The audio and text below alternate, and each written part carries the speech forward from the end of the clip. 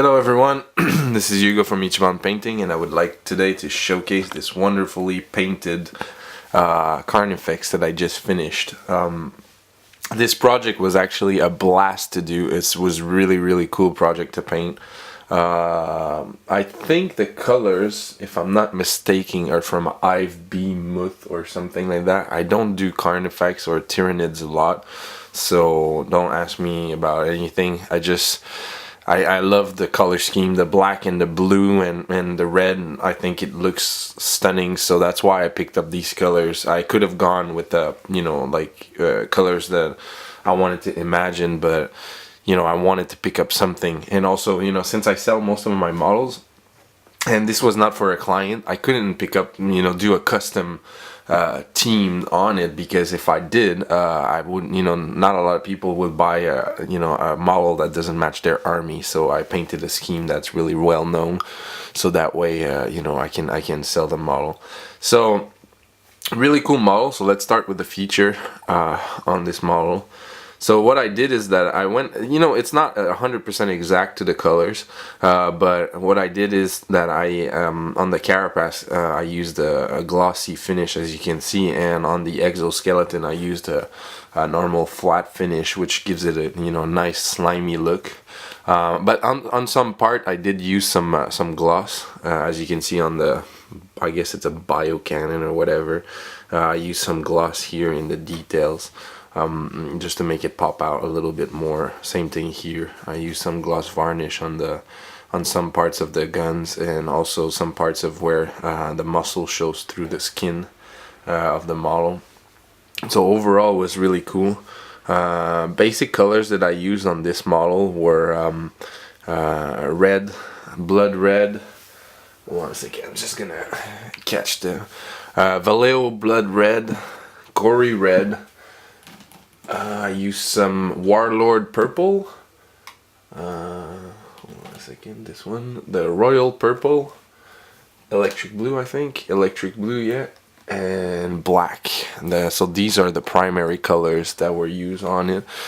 For the kind of like claw thingy, I used some gray. Hold on a second. Battle gray, I think. Cold gray and some dry brushes and washes, but basically those are all the colors.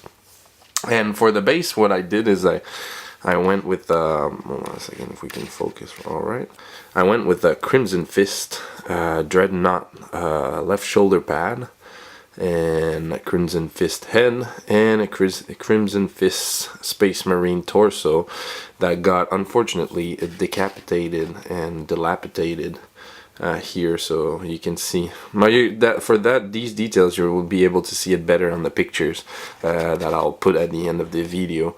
But you have some some organs spilling out that I did with the green stuff and helmet, and I did some battle damage for these guys, these two.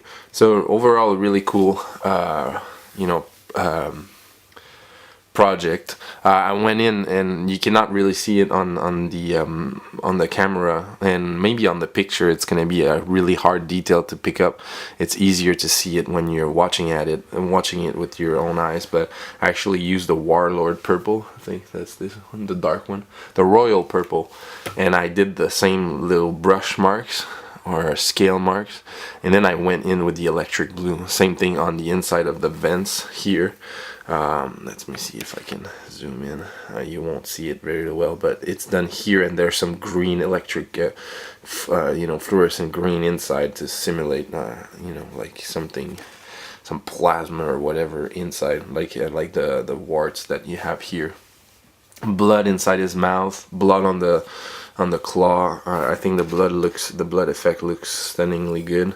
This was achieved, a lot. Actually, when I posted some work in progress pictures, some people asked me how did I do the blood on this, and basically what I did is I mixed up some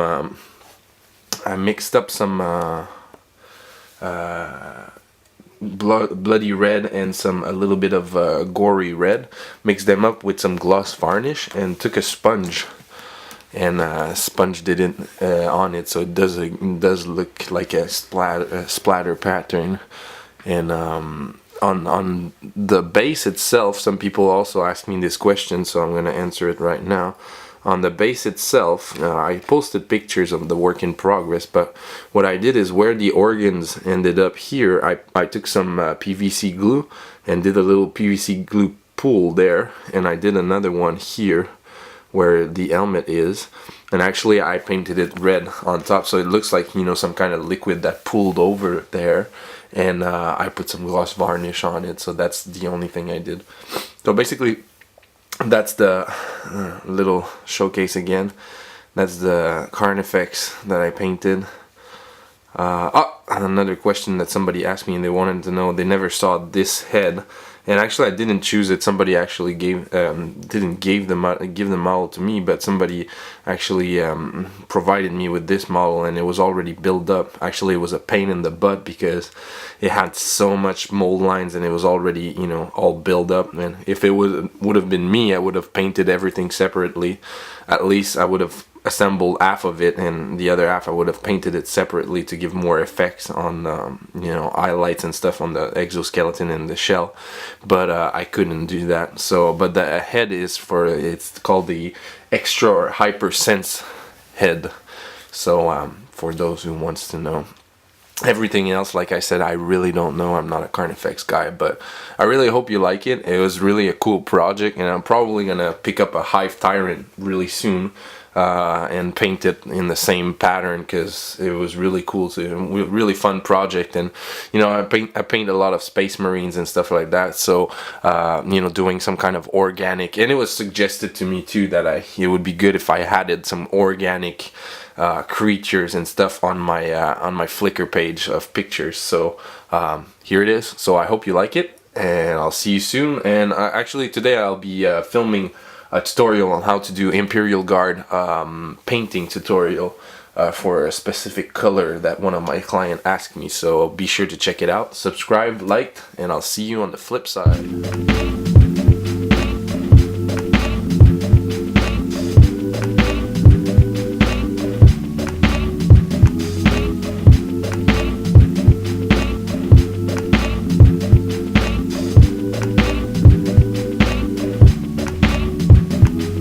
Sharp like an edge of a samurai sword, the meant to play, cut through flesh and bone. Though my mind's at peace,